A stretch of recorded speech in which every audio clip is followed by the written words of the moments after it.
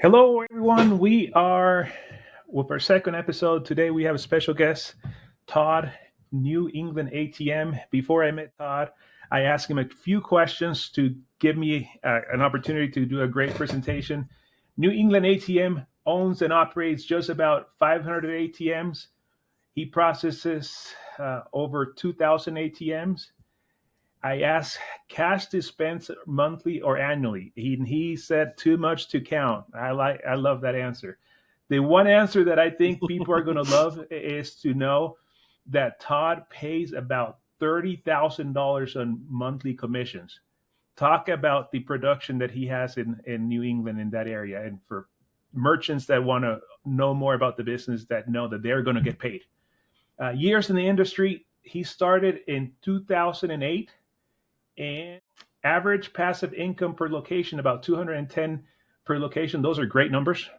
And customer retention satisfaction. How old is your oldest contract that you have? You want to know something interesting? Mine is the same. It's a laundromat right when we started, and it's the second. It's the Oh, no second kidding. machine. So, Todd, tell us about yourself. Um, Todd McEwan, been doing the business since 2008. I started as kind of a side hustle, and about I was at the time I was working for Chase Bank, or actually JP Morgan, and we I did the side hustle for about 4 years, from 2008 to 2012. In 2012, I read Steve Harvey's Mm. book, The Leap, and I made the leap. I just did it, and it was. It was kind of a night. I was driving probably about an hour and a half to go Of load an course. ATM at a laundromat, and I Oh, actually kind of fell asleep at the wheel because I was doing too many things. I was doing too many jobs, and I ended up in the median strip, and that was my aha moment. I needed to leave the corporate world and make the leap, and it's been history ever since. It wasn't an easy transition. I had a couple very tough years, 2012, 2013. And, when you're calculating how much money you're making, you kind of forget about that. JP Morgan was paying my health insurance, and they were paying the money I was putting away in retirement. You kind of forget about that stuff. And so the first couple of years were kind of lean, and it was probably, I really caught my stride in 2018, and hitting it up just in time for COVID. But yeah, had a lot of growth that's 2017, excellent. 2018. I think a lot of us grew during COVID. If you did not grow during COVID, Yes, something else was going on. yes. Yes, we were the one of the few industries that absolutely that we were kind of lucky. I know when the shutdown first happened, it was I mean I remember bringing my two employees at the time into the office. I mean, I was literally crying and saying, "Guys, I don't think I can keep you." And then it ended up I had to hire somebody Yeah. else by the end of it. It was great. We were it. Yeah, we had it to. We had to. I had to bring on somebody else to run cash, and I mean, it was. There was a couple great years in there as far as the ATM business was. I mean, I think as far as the country goes, and I mean, it was just it was rough times, but I actually the business joke was with my good, wife. My definitely. wife is a nurse, and I said this household has two essential employees because we were essential. Yeah, um, a right. Yeah. question that I have multiple questions here, and I guess I got this one. What drew you Yeah. into this industry? So I honestly came in kicking and screaming. I probably have a very unique story. And I'll try to make it short. Is when I was working at JP Morgan, we were managing the What EBT program. what is EBT for One those of that the don't know? things, uh, basically, is the benefits, electronic benefits transfer. That's what food stamps and TANF benefits. TANF are the cash side, the cash benefits, and that's what can be withdrawn from the ATM. New York came to us because we were managing it and said, we don't want our clients, our EBT clients, Good. paying surcharge at the ATM. So we created a program where we went out to private ATM vendors and said, shut off the surcharge on, and they all kind of laughed at us, shut off the surcharge. So we came up with this program where we paid the private ATM operator $100 a month per ATM, and we reimbursed them for the surcharge that they were missing. It was very similar to a Okay. ATM bank branding program. One of the vendors we worked with was John Nice. Wildbaker from New York ATM. And John used to call me all the time and say, you should get into the ATM business. And I would say, no, I got a good this is probably Of course. 2007. I got a good corporate job, John. I don't need to be in the ATM business. Well, a friend of a friend knew what I did, or kind of knew what I did, and he had a cash only ice cream shop. He wanted an ATM, and he came to me and said, "Hey, my friend that owns the ice cream shop wants an ATM." And I said, no, I don't do that. I said, but I got this guy who drives me nuts all the time and wants me to get in the ATM. I'll hook you up with him. And I called John Wildbaker, and he said, that's going to be your first ATM. And I'm like, John, no, I don't want to be Yeah. in the ATM because I'm fine. I got a good corporate job. And so he says, no, I'm going to give you the ATM. This is going to be your first ATM. And we ended up putting it out. And the first month it did Whoa. 1,000 transactions at $2. And I was not giving a commission to the location. We did have it on Armor Car because I was reluctantly not wanting to be in the ATM business, but I was sitting back and thinking, well, I just made $2,000 in 1 month. Now, this was 2008. The banking crisis happened, and I didn't even get a raise that year. Yeah. And I just made $2,000 in 1 month. And this is Can great. You tell people that are looking into this industry that that's not normal? I came out of that thinking they were all like that. I thought this is great. I just got to buy a couple $2,000 ATMs. I think at the time they were $2,500, and I'll put these out, and I'm going to make $2,000 a month. They're not like that. My second one was my laundromat that I still have. Still a good location. Maybe does 100, 115 transactions. During winter time, 115 somewhere around. But it's still a good business. It really is. But they're not all like that ice cream shop. But you know what? To this day, I'm very thankful that my first location was a home run because if it was a horrible location, I don't think I would have stayed in the business. I don't think I would have had the patience or but I knew the opportunity was there because you could see it, and sometimes just being able to see the opportunity is So am I safe to say that you were gifted the ATM, that you were recruited, and 21 years later, you're still doing it? Yeah. It's I don't want to say 21. It was, I think, 16 years ago, but John was a great mentor. One of the stories about John I can tell you is I think it was maybe my fourth or fifth ATM. I was wheeling it out of a storage shed. It was a 1500, and it fell flat on its face. It fell off the hand truck, fell flat on its face. And I remember calling John and saying, I was almost in tears, and I said, maybe I'm not cut out for this business, and he came out and we sat on a convenience store floor replacing the fascia on the 1500 for about 3 hours, and that that kind of leads to, is that when you do pick a mentor in this business, a lot matters on that, especially if you don't know the business or understand the business. I think to this day that choosing the right person to work with is very important. When I started solo. And because I started solo, I made very similar mistake with the second ATM that I had as the laundromat. I put the ATM on my pickup truck vertical because I thought I don't want to scratch it. And of course, it took the turn to the side. My second brand new ATM. But that's how business is, and you just have to learn to take the punches. Has it evolved a lot since you started? Oh, yeah. I mean, I know when I first started, I'm from the Springfield, Mass area, and there was there was 3 or 4 ATM vendors deploying ATMs in Springfield, and I was very frustrated. I was walking into stores, pretty much everybody had ATMs, and I had gotten a call from somebody in Worcester, Mass, which is probably about 45 minutes to an hour away from me. And I installed an ATM, and I said, boy, this is far. I'm not really sure I want to do this. As I started going around Worcester, I noticed there was convenience stores that didn't have ATMs. And there was really no ATM Landline. vendor in Worcester. There was ATM vendors in Springfield. There was ATM vendors in Boston, and Worcester's kind of in the middle.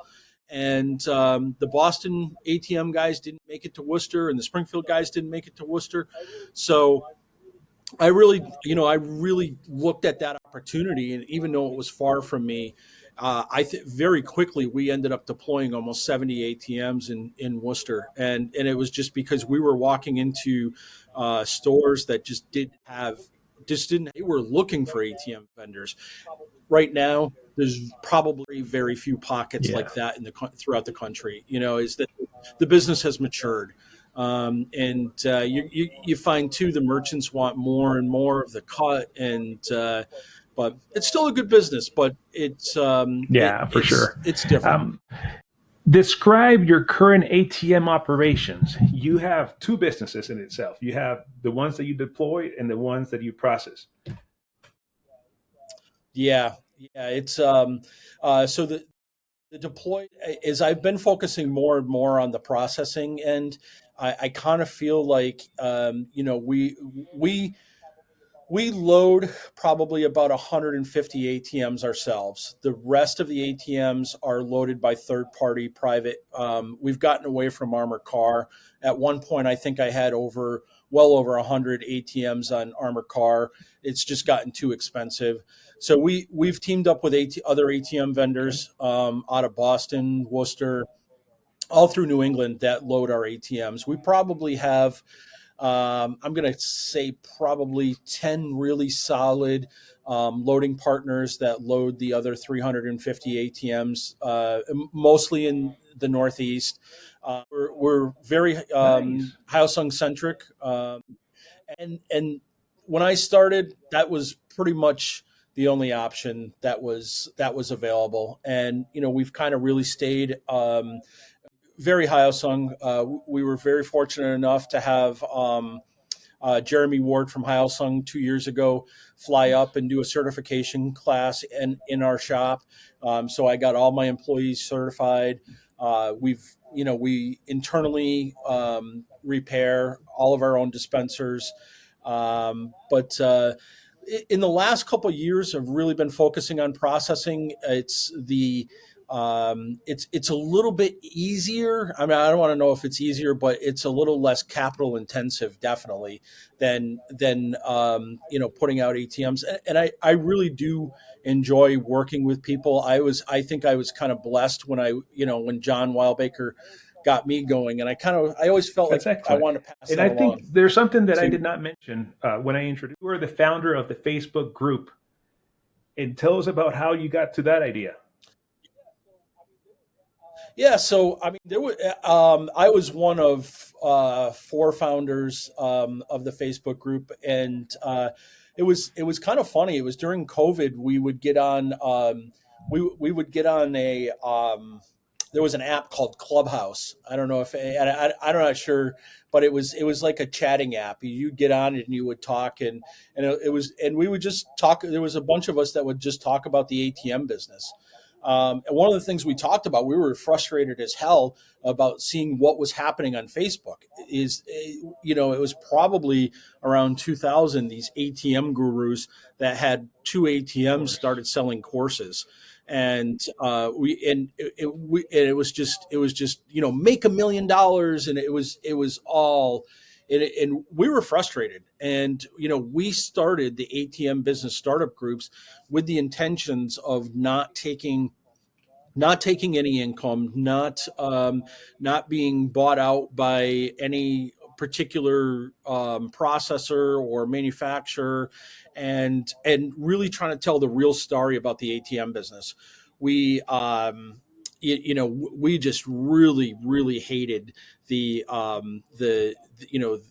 gurus out there, the YouTube gurus that would say, oh, you're gonna make $1,000 a month off of if you buy an ATM from me for $10,000, you're gonna make $1,000 a month, and we just knew that wasn't true, and it got really frustrating. So we kind of started the group to combat the junk that was out in YouTube and So Facebook. you did not want it to post with your luxury car behind you or traveling around the world. Yeah.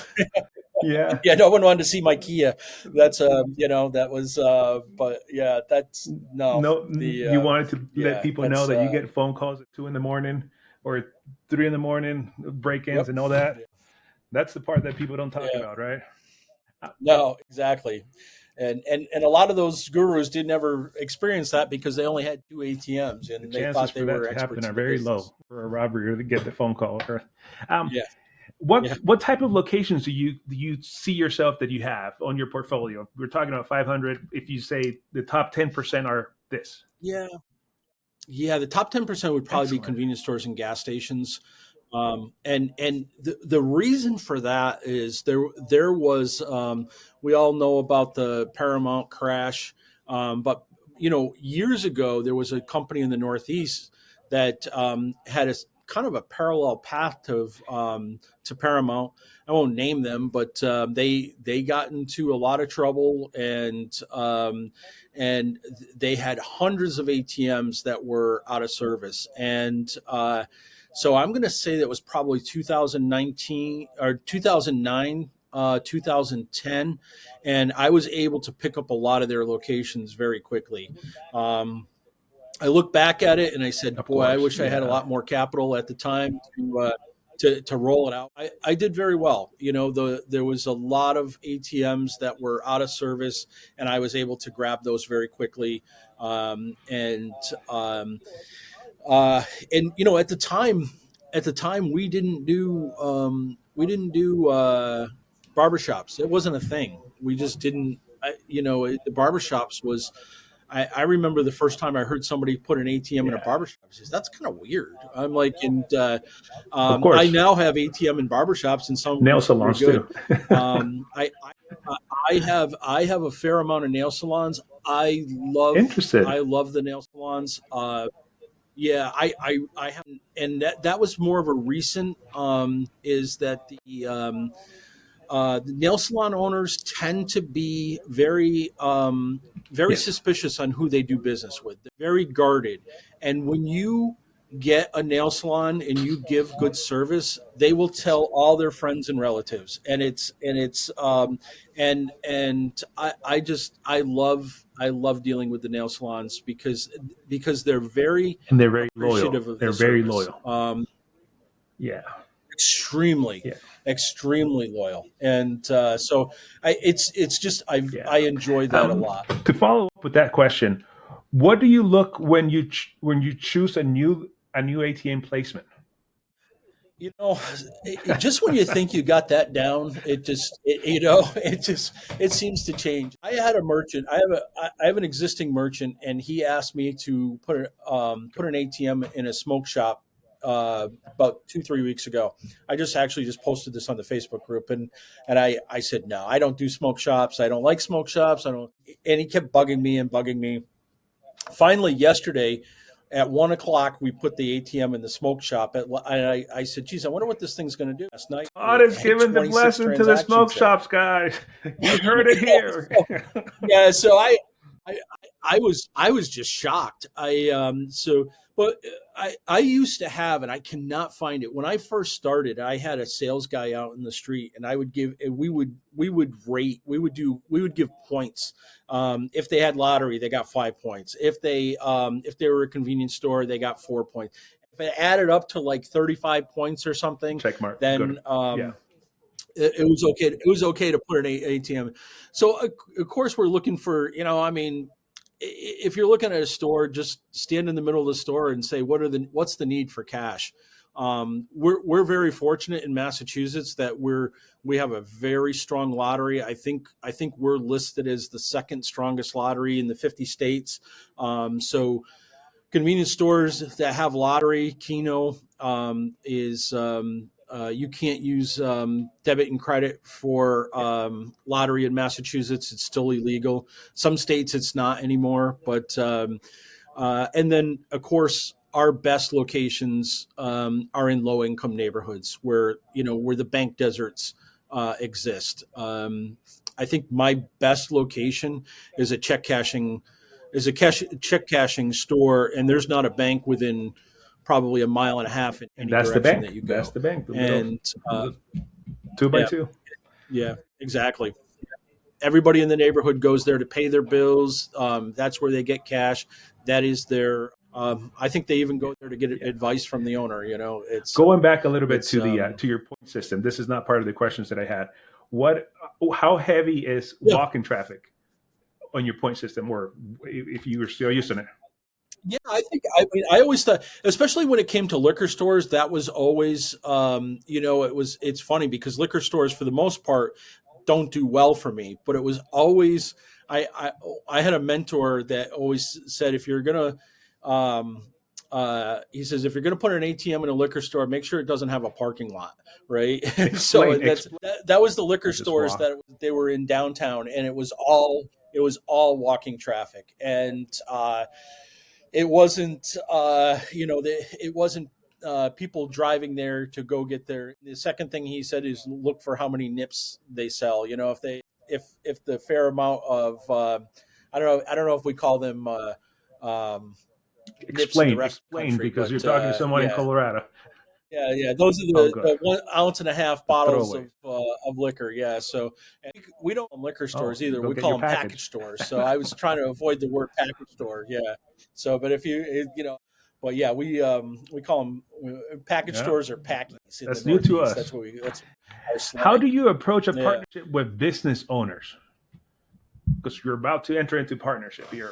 So, and I like the word partnership because I always tell them is if you're going to get, if you want half of the surcharge, and then so many people want half the, so many of the stores, is that you have to act as a partner with me. And I tell them that means if the machine is down, you're calling me, you're letting me know, that as a partner is you're making sure that there's not stock in front of the ATM. I mean, how many times have you walked in front and there's cases of Coke in front of the ATM or cases of Pepsi, and I'll tell them is that you're not acting like a partner. You don't act like you're a 50% partner in that, and that's usually how I approach it. I am kind of unique in the way if I can get a contract from a retailer when I go to put an ATM in, I'll take it. I'll always ask. I'll always take it if I can get it. But if I can't, I know there's people out there that will say, I will not put an ATM in a store unless I have a written contract. And I honestly believe that if they're not willing to sign a contract, I don't always require one. If I can get one, it's great, and I will ask several times for it. But in my business, it's not a requirement.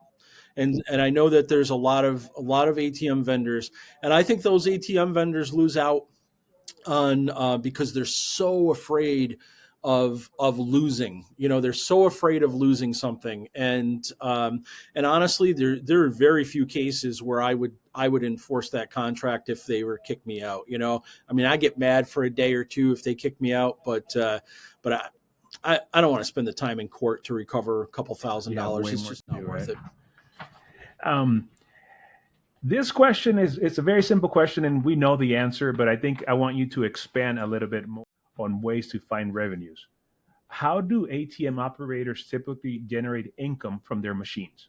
We know that surcharge is the main driver, but I think there's more. Mm-hmm.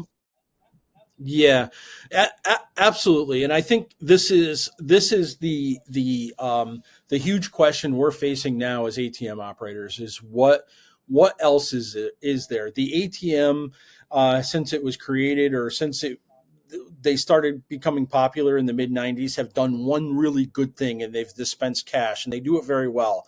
But what other incomes can we get from the ATMs?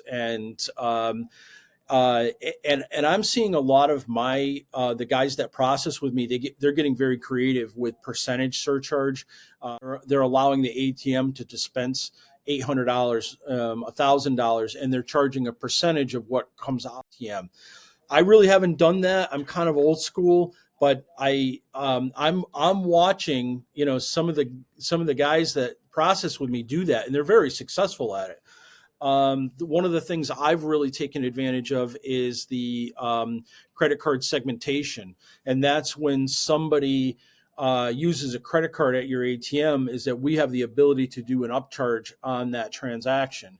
And pretty much right across the board is I'm at least at $1, if not higher, on the segmentation. So if they use the credit card, the customer will get charged the surcharge plus the dollar segmentation on top of it. So I've been, and I really have no complaints. Is DCC? I am fortunately not in a, not many people want to be a tourist in Springfield, Massachusetts, but we have some locations in Boston, some very touristy locations in Boston, and the DCC does very well. And just, if you don't know what DCC, as digital currency conversion, it's basically that the transaction can be withdrawn in the foreign card's home currency. So if it's somebody from Canada using it, they can take out the equivalent to the Canadian dollar, and your ATM actually does the conversion rate, and you get a portion of the conversion fee rather than TravelX or somebody else getting Are the you conversion wrapping fee. your machines with paid advertising? Are you putting toppers on the machines? So I have not been wrapping the machines, but we have been aggressively going after the toppers on the machine. We really have. We have probably about 150 toppers right now, it's been kind of a little bit of a mixed bag. We are working now. We actually just hired a consultant to from the digital out of home industry, and said, how can we do this better? How can we, is a lot of people are just, they put the screens up and they're hoping for the cash to flow down, and it really doesn't work that way, I'm really determined to figure out why. Let's get back to me in about 3 Good. months, and I think I'm going to have an answer. I really do. 'Cause I've learned a lot in the last 2 months. Our consultant has shed a lot of light on why things work and things don't work, and there is this magical cloud out there, called an SSP, a supply side, where they trade advertisements, and they try and it's something. We have the real estate. We have the real estate as an ATM. Why not utilize the real estate? And I think we're close to breaking through. You start every show. Yeah. You've seen it for the last 10 years. Someone's got a screen on top of an ATM, and it just hasn't quite panned out yet. There is a But I company think we're that I close. met that they were paying us to put their wrappers Yep. for different advertising companies. Mhm. That, especially if it was a convenience store, that you can slap Yeah. one for Coca-Cola, McDonald's, whatever, and we were getting paid. And I thought that was great. Of Yeah. course, it has not happened in Denver where I am, but I thought that was great. They actually reached out to me to 40 stores in North Boston, and I didn't have 40 stores in North Boston. So I mean, the geographic location and the requirements Specific. were very Yeah. narrow. Yeah, they were very specific and very narrow. So but I think we're on the edge. I mean, just the whole digital out of home industry has been evolving extremely quickly, and there is more and more money going into that as the new generation has the ability to skip Yeah. ads on the internet very quickly, and nobody sees ads on TV anymore, so they're looking for new advertisers are looking for new ways to put their brands out there. And the great thing is when there's an ad on top of our ATM Yeah. is that they can't skip it.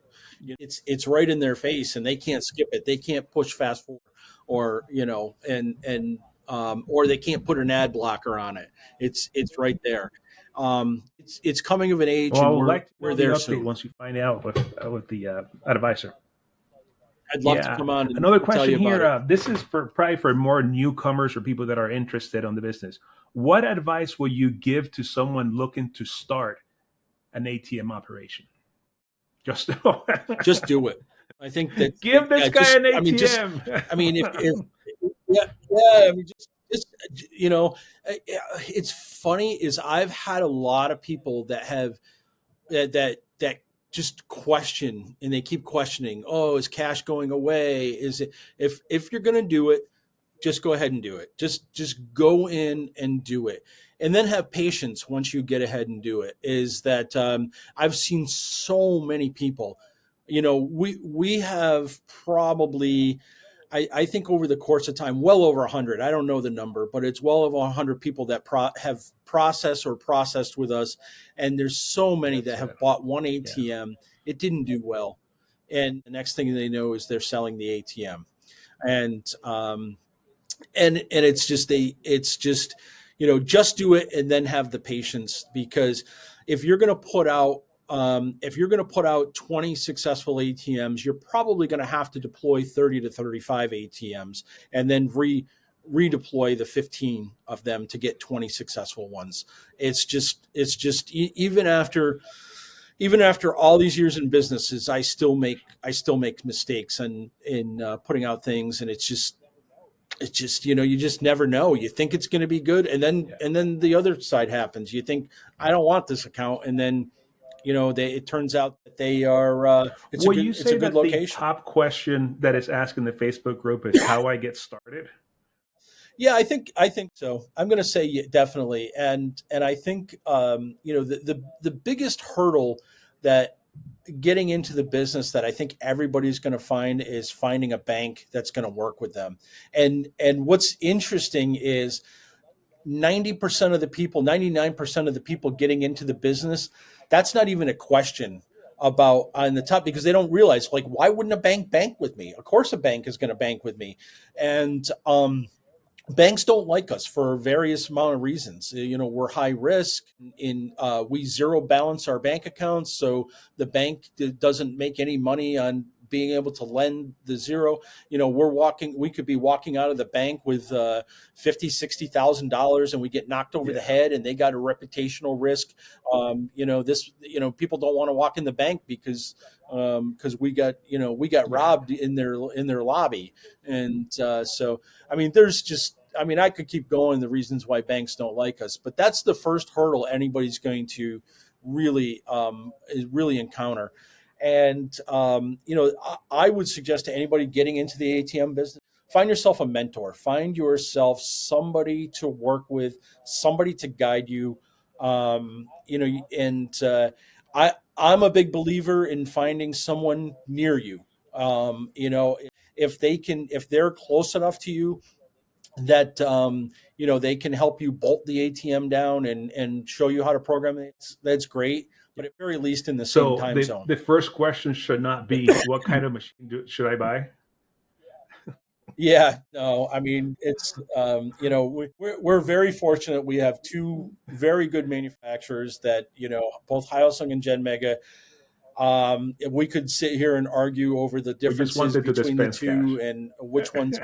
And they both have their strengths and weaknesses, but As they're long as both they very dispense the good cash and we companies. get our surcharge, we are happy. You mentioned that you're in your shop. You guys do more than just deploy. You guys do maintenance and you guys do support.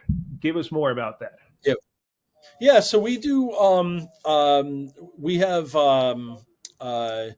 We stock and sell new ATMs. So if somebody wants to buy a new ATM, we usually have some in stock. We have pretty much Good. every part that's needed at any given time. Pin pads and cassettes and I'm very fortunate. I have an old pinball technician that he is. He's great. You can fix If you can fix a that. pinball machine, I think you can fix anything. I'm very convinced that you can pretty much do anything.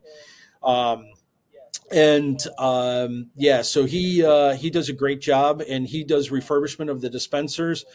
He can even fix that Wow. pick roller down at the bottom of the. That's I mean that's like a 1 hour job, but there's few people that can do that because you need a lot of patience for that. But we're a Now, full do you service just do shop, ATMs definitely. or do you do more than ATMs? Nice. Just ATMs, yeah, just ATMs. We really, yep. And we thought about it. I just, uh, I think my ADHD would kick in if I started doing other stuff. I couldn't focus, so but we've thought about deploying coin pushers, and That's good. but Are yeah, there any new geez. technologies or trends you're excited about in the ATM space? Yeah, I mean the toppers are. I'm really excited about the toppers. I really hope that that's going to be a strong piece. I have been talking to Hyosung about their recycling technology. That's very exciting. We're going to be able to, when that comes through. I think we're still a ways away, but when that comes through, is we're going to be able to. Anytime we have a cash in situation where people can pay their phone bills, they can pay their electric bill. Um, I think that's going to be exciting, and the recycler will go along with that. So anything that goes in will be able to be dispensed also. It's to how they're going to handle the money service business piece of it. That's to be seen. I think they Hmm. understand that that's a problem, and Yeah, and there's ways yeah. to fix that. I Um, think. let's talk a little bit about high risk locations. We know high risk as we can say the marijuana business. We can say casinos. Are you in those markets? Yeah. So we are fairly deep into cannabis.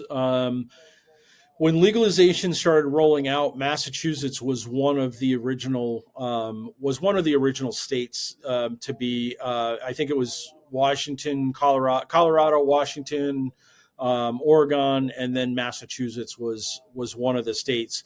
I was very fortunate early on.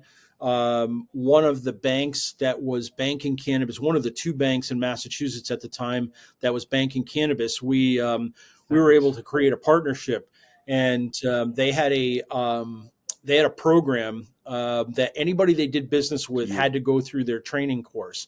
So we took their training course, and then we were referred dispensaries that went to bank with them, and we rolled out pretty quick and pretty heavy in dispensaries, and since then I've kind of took my foot off the gas on dispensaries. I don't knock on their doors as much anymore to take them. If they come to me, and they still do come to me through either referrals, Yeah. of course, I'm not going to pass up a dispensary. But I do think that there is a certain amount of risk to make too much of your portfolio to be dispensaries. Is that I do believe that we are only a few years away from Visa and MasterCard being able to be accepted at the dispensaries.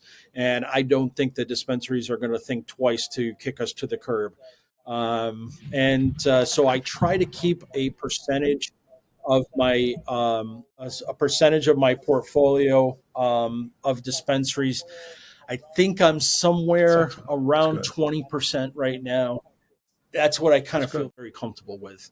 That's good. What Yeah. about And I'm sorry, I didn't mean to cut you off. And I do find that right now is there's national players from all over the country that are, really shooting for dispensaries.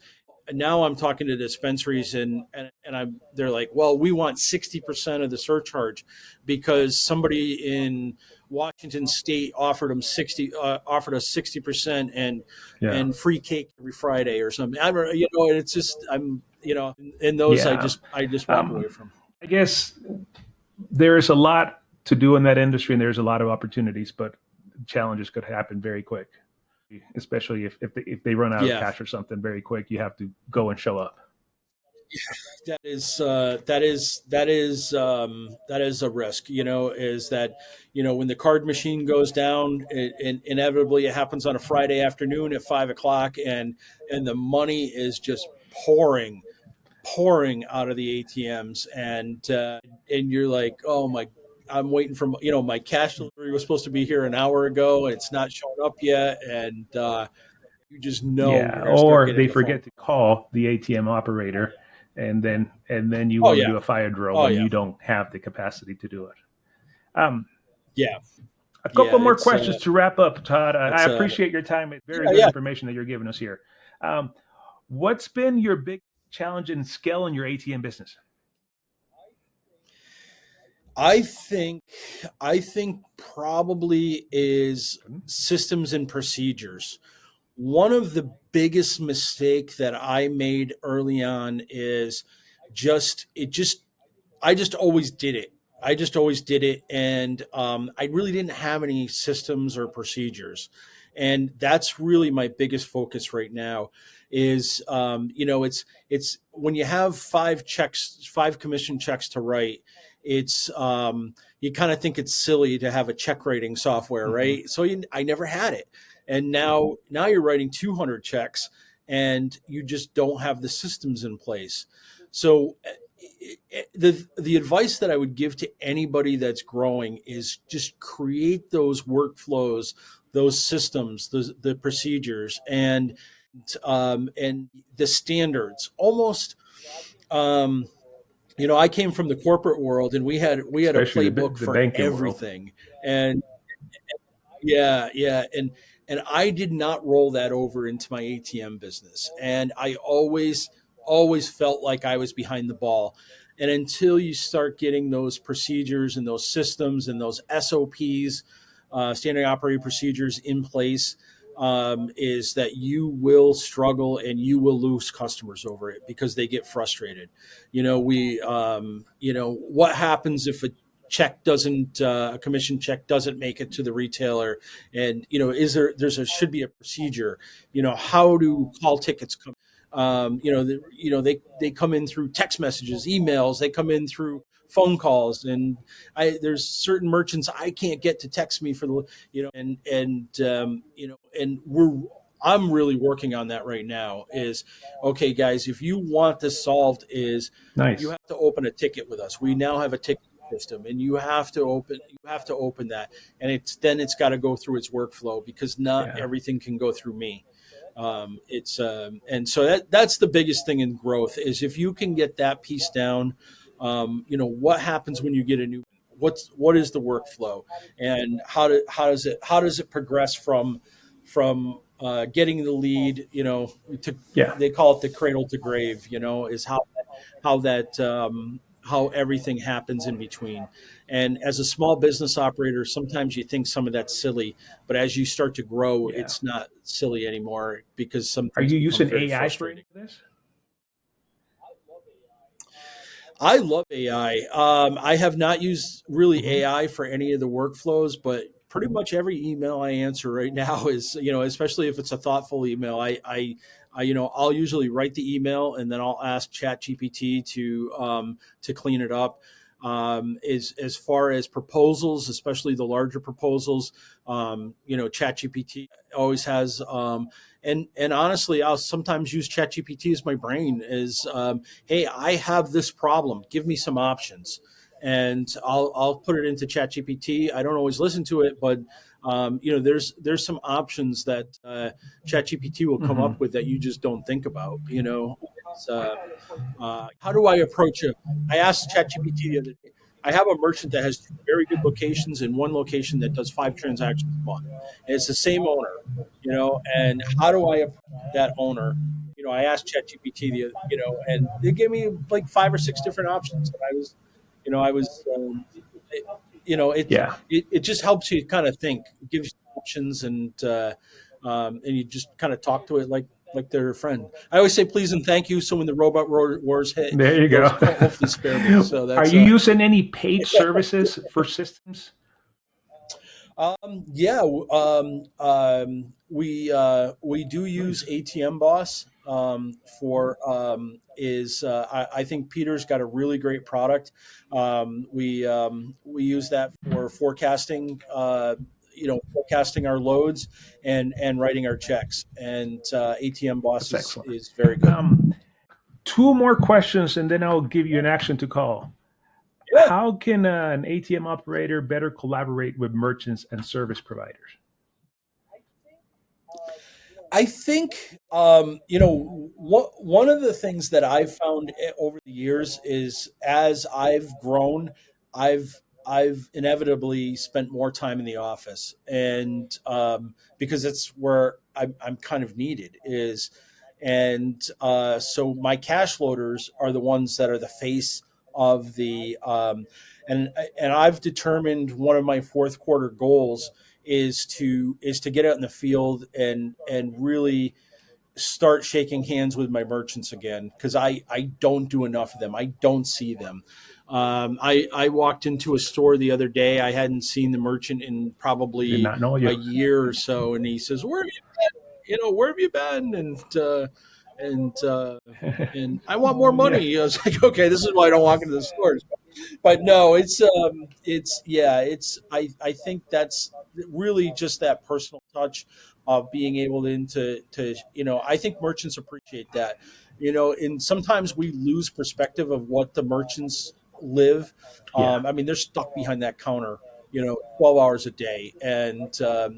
they like talking to people. They like that interaction, You know what I so did yeah, to my business. I depend on cash loaders. My cash loaders are my yeah, right hand. I used to go to the locations, and yeah, I have not done it lately. I will go out there just to clean the machines. It will give me a good opportunity to go and yeah, check with them. And hi, what's going on? What's right, going on? And that it's always great. And that way, there's a yeah, purpose of going to that place, and it's not just like I want more money. Somebody else walked in here and gets more money. yeah.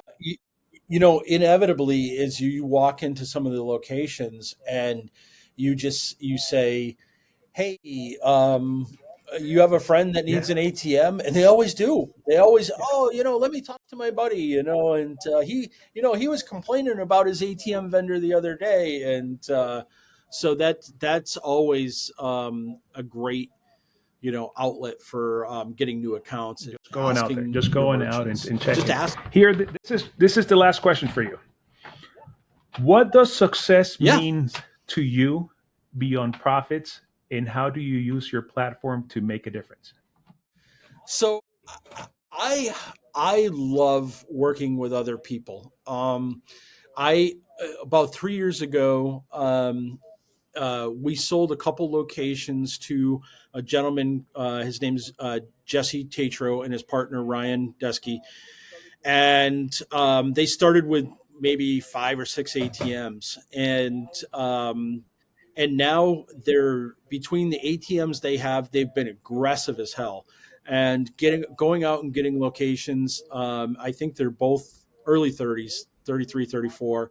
They're It's operating excellent. 190 locations right now. And every day Jesse comes in. He does part time work for me installing it, and he is just always pumped up and excited. Oh, we hit Whoa. 20,000 this month, and he's just, and I love seeing that. I love seeing that. I think my life after ATMs is going to be a business consulting, not necessarily ATM consulting, because I know, but I really like to help people make a difference in their own business and feel the success. I just It's just American capitalism We're at work, dispensing man. it. It's right there. I love it. um, I love it. How can people know more about you, Todd, and where can they find you? Yep. Yep. You can go to newenglandatm.net.